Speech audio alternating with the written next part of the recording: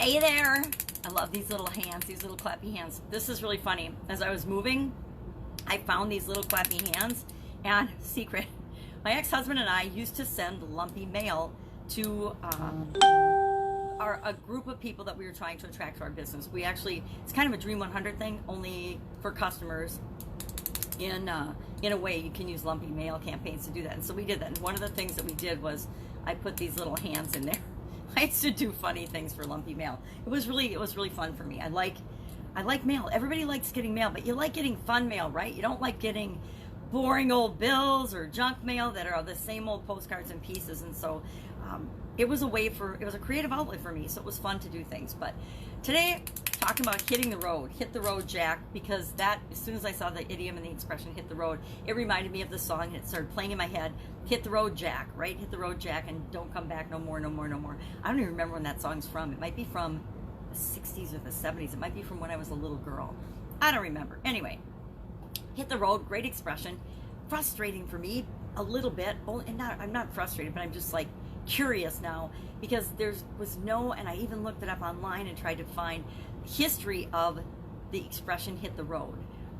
I don't know how long it's been around. Maybe it hasn't been around that long. Maybe it's only been around, since English and American English or English speaking. I don't know. Didn't say where it came from. Didn't say. I couldn't find. You can always find what it means and what people understand it to mean now, but you can't find always the origin of these expressions. Now it's funny because some of these obscure expressions that no one's ever heard of before, they have this huge history of where they came from and how they've been used over time. And this is one that's, maybe it's so common is why it doesn't have a good history on it. But it of course means to begin a journey or to leave. I say it means to hit the road, Jack. So have you ever told someone to hit the road? Probably, right? If you're not with the person that you originally dated, one or the other of you told one another to hit the road. Maybe you didn't say hit the road or hit the road, Jack, or hit the road, Sharon, but you said, bye-bye, sayonara, I'm not going to see you anymore.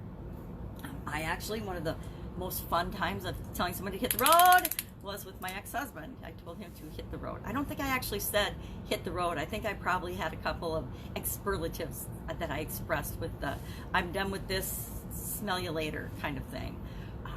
But hit the road, I like it because it actually is one that, for the most part, we have a positive connotation with. We don't usually think the negative of kicking someone out or kicking somebody to the curb. It's more to begin a journey, to begin an adventure, to start something new, to leave. Who doesn't want to leave for vacation? Yes? We don't want to leave when we get cut from our job, either laid off or fired or let go or downsized or right-sized or whatever they call it, depending on the situation. And here's the funny thing about that. I realized that whether you get fired or laid off and let go, it kind of feels the same no matter what. Although there's a good distinction there. I have been both. I will admit I've been both fired and laid off because the business was sold to somebody else. And they both hurt because you're not there anymore. You're not a part of that organization anymore. But depending on why you got fired, though, that didn't bother me either. So I guess I always thought of being let go from one organization as a blessing, because it meant I was moving into something else that was probably better for me, better suited for me and my personal growth and development. But it hurts whenever somebody tells you to hit the road. But when you choose to hit the road, when you choose to put your foot down and move towards something that you want, it feels really, really good. It's fun to go on journeys and adventures. It's fun to go after the things that we want in life. Or mostly it's fun, right? Sometimes we misstep and we make a mistake. Sometimes we actually fall down flat on our face, been known to happen, but we still get up. We get back up and we take another step. Hit the road, the expression actually comes from hooves, horse hoofs hitting the ground. So how long ago could that expression be from, right? People have been chasing people out of villages and clans and tribes for centuries, right? Probably since the cavemen. Somebody was kicked out of the cave and they had to hit the road. They had to have their feet hit the road as they were taking steps out of the cave. I don't know. So obviously it's nudging my curiosity as to where the heck and when the heck did this expression, I think the thought behind the expression has been around probably forever, but the actual term hit the road, where the heck did that come from? When did it start being used? It doesn't matter, right? Does it matter? No, it doesn't matter. So how can it affect us? It affects us in a lot of ways, right? To me, it reminds me to don't wait forever and procrastinate to do something. When you get an urge or a desire to do something, take an action toward it immediately. Take a step toward it right away, and you'll know if it's right for you or not. If I decide I decided today. Here's an example. I decided this morning I want to do a 5-day no sugar challenge, and so what am I going to do? As soon as I'm done with this video, I'm going to make a quick video on my Thrive Challenge page saying, hey, does anybody want to join me in a 5-day no sugar challenge? I am starting today. You can start tomorrow if you want, but I'm starting right now today. I'm not going to eat any sugar for 5 days. And will sugar sneak into my body and my diet? Yes, because there is sugar in pretty much everything that we eat.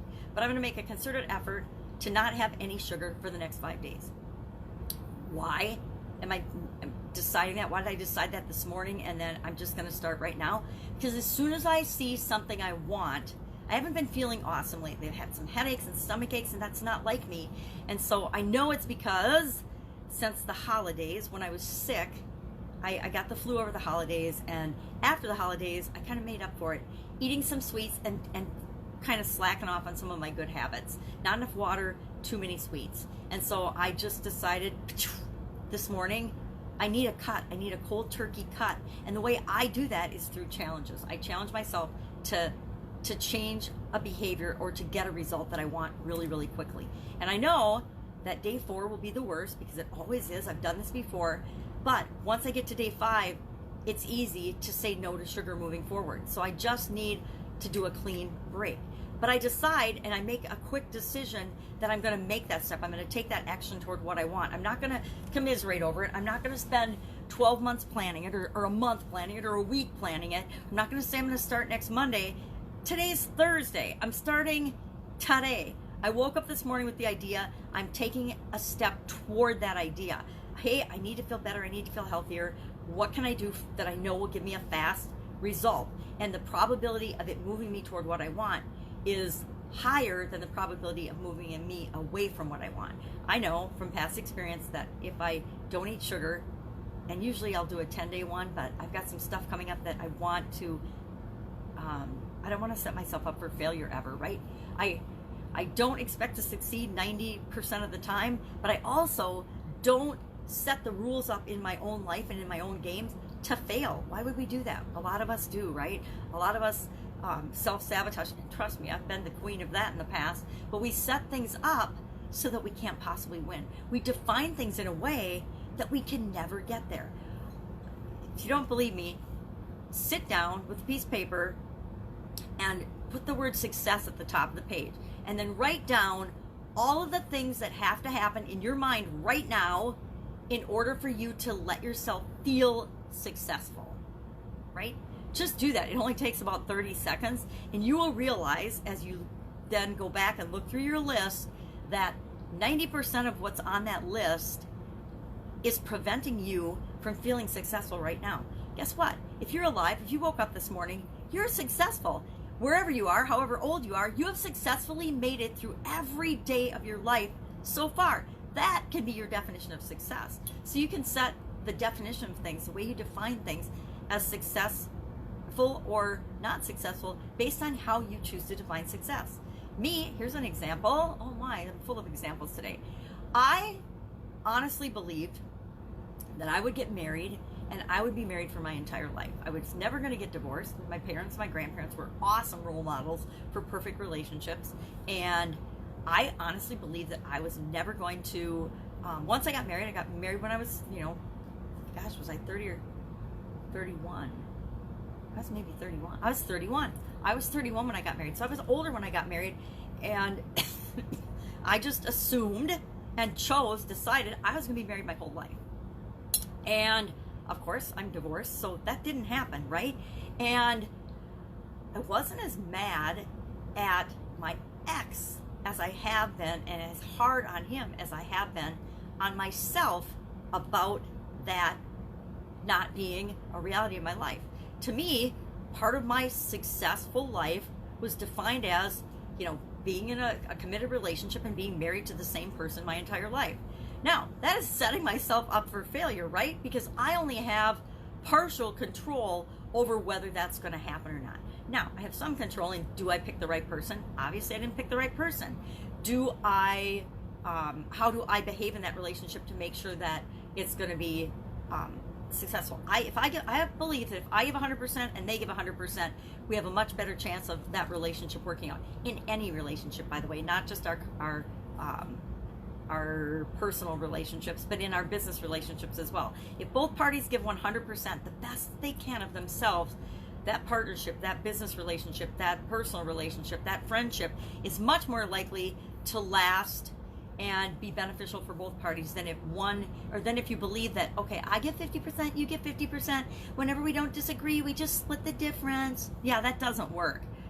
That was my snotty girl voice. Didn't even know I had one of those. So that's an example of setting yourself up for failure, right? For a long time, I was beating myself up because my marriage didn't work. Well, guess what? There was reasons my marriage didn't work. Number one, I picked the wrong person. Number two, I didn't listen to my intuition.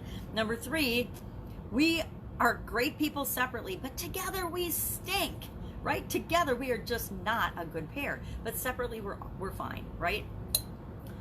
So set things up so that you can succeed. Make quick decisions toward what you want, knowing that a lot of the steps that you take aren't going to work out the way you think they will.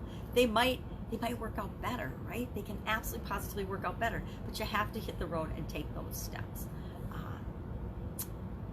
So talk about that. Talk about how taking your show, your business on the road, and going into different markets, different industries, solving the problem that you solve for people differently in different geographic locations, to different groups of people. I mean, maybe you develop, I'm not going to give an example of this because it would be in depth, but whatever it is that you do, chances are once you get a successful system and you're doing it for people successfully, or you're providing a solution with your product to people successfully, it's easy to expand your reach. You can go on QVC, you can get exposure that way, you can go on the internet, you can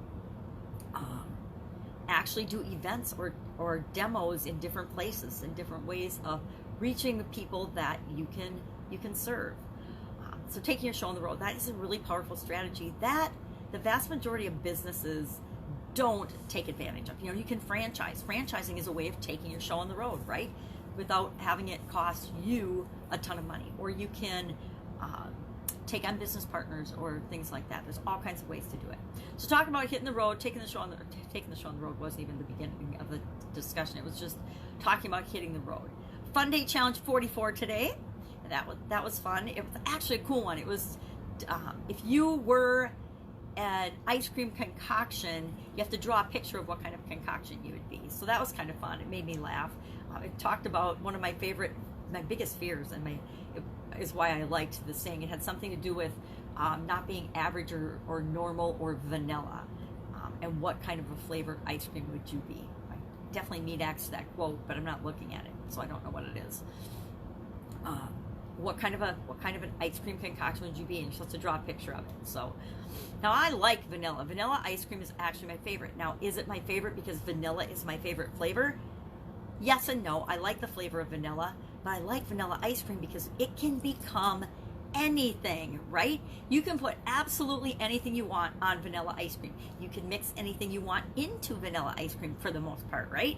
You can't mix absolutely every flavor into chocolate or any other flavor, but you pretty much can with vanilla as the base. So I always like vanilla because it's a solid foundation that I can build upon, right? And that's how I've always looked at vanilla. And I don't think of vanilla as nothing or average or normal, whereas normal, I was always, one of my biggest fears was that I would always just be normal or average.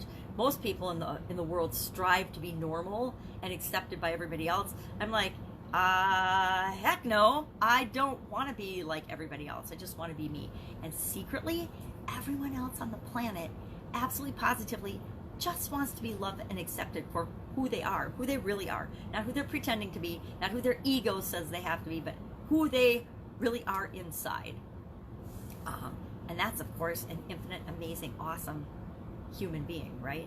That's true of everybody. Even the people that we can't stand and that make us the most crazy, inside of them is an awesome human being, right? They might not behave that way, and I've, people in my life, just like we all do, that drive me crazy. But I know that deep down inside, they are a human being just like I am. And the way they behave and the way they act sometimes is a reflection of how they're feeling inside, not about me. It's never about me.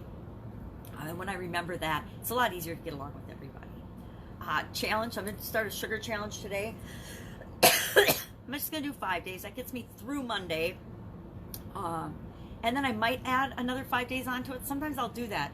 But I like to undercommit and overdeliver. So if I say I'm going to do something, I'm going to for sure do that, and usually much, much more. But I want to solidly know that if I make a commitment, I'm going to do it. I'm going to commit to myself that for 5 days, I'm not going to eat added sugar. If I say 10 and I get to day 8 and I know I've got a big event and a big thing going on, that doesn't guarantee that I won't be tempted to eat sugar. And sometimes you hurt people's feelings if you say, no, I'm not going to have any of your birthday cake, or I'm not going to even have a bite of your birthday cake. Don't even cut me a piece.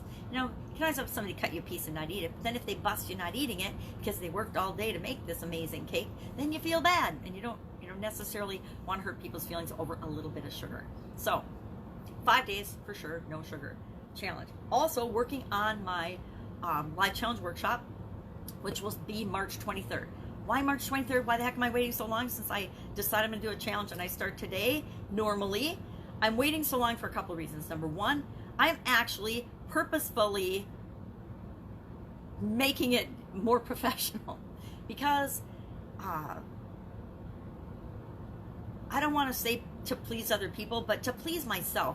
I've done a lot of things in my online career, not in my offline career. In my offline career, I was the epitome of professional, right? Well, I was always me, but I was the corporate culture enhanced version of me, where I followed the norms and the paradigms and the beliefs of the organization just enough to keep me gainfully and successfully employed and performing in the organization. But I also sprinkled in enough of me so that I didn't go insane, if that makes any sense whatsoever. To people that have been in corporate America for a long time, like I was, that are really different. We're different than cogs in the machine, if you know what I'm saying.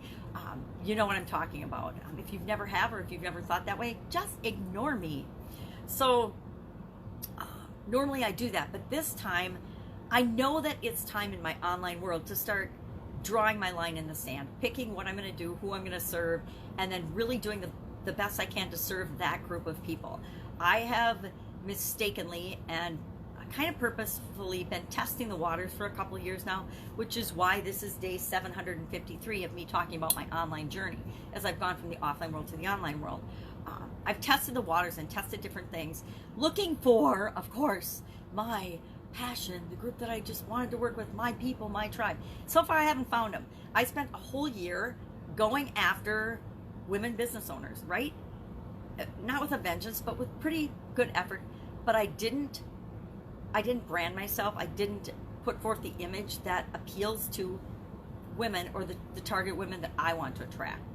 I haven't done it yet. So this challenge, number one, I'm traveling a lot in March, so I had to find a time when I can actually be back in my home front and I'm not traveling. I don't like doing challenges when I'm traveling. It's not impossible, but it's harder. It's more challenging to do a challenge when I'm traveling, especially a more structured challenge. And I want to take this challenge on the road. I want to do this challenge again and again this year as my way of bringing the people that I really want to work with into my world and serve them in a bigger, better way than I have been.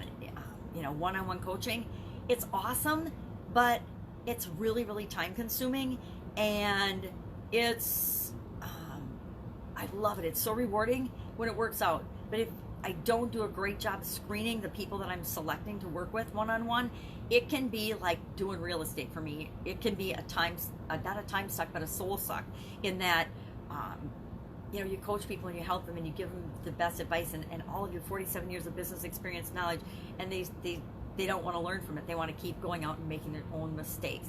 And I've had a couple coaching students like that in the last year or so, and I'm just like, it's exhausting. because you know they're capable of so much, yet they don't see it themselves. And that's mindset things. And I am not a mindset coach. I understand, and I realize for me, personal development, and for everyone, whether they know it or not, personal development and honing our skills and becoming a better human being is our number one best investment on the planet. It's the number one thing that we all need to do. But nobody wants to think that the way they think isn't 100% right? Everybody believes that their beliefs are the beliefs. The way they see the world is the way the world is. It's reality. But when we step back and we look, we realize, we don't know what we don't know. And sometimes that's okay, but a lot of times if we want a big goal, if we've got a big dream, it requires that we become the person that's capable of stewarding that big dream into the world. And that involves, lifelong learning, personal development, and growth. So I want to do a better job with this challenge, kind of branding it and putting it out there to professionals be attracted to. And in a more consistent way. If I look back on my life, one thing I could claim is that I am the queen of chaos, right? Chaos and challenges and figuring, I want to say shit out, right? Figuring stuff out as it comes up in a quick and easy and fast and efficient way. And then finding a way to solve a problem and then make that problem so that it never comes back again. Sort of my superpower thing. But that is a really stressful way to live. I think it's better if we structure it and plan it out and have some things in place that are automatic and that they make our life run more smoothly and just are easier, right? I think as I get older, I want to be pajama grandma. I want to be more comfortable. I want to be more at ease. I want to have more freedom. And that's why I came online. That's my driving personal force underneath it all, is because of the way I want to feel. Guess what? We all do everything because of the way we want to feel.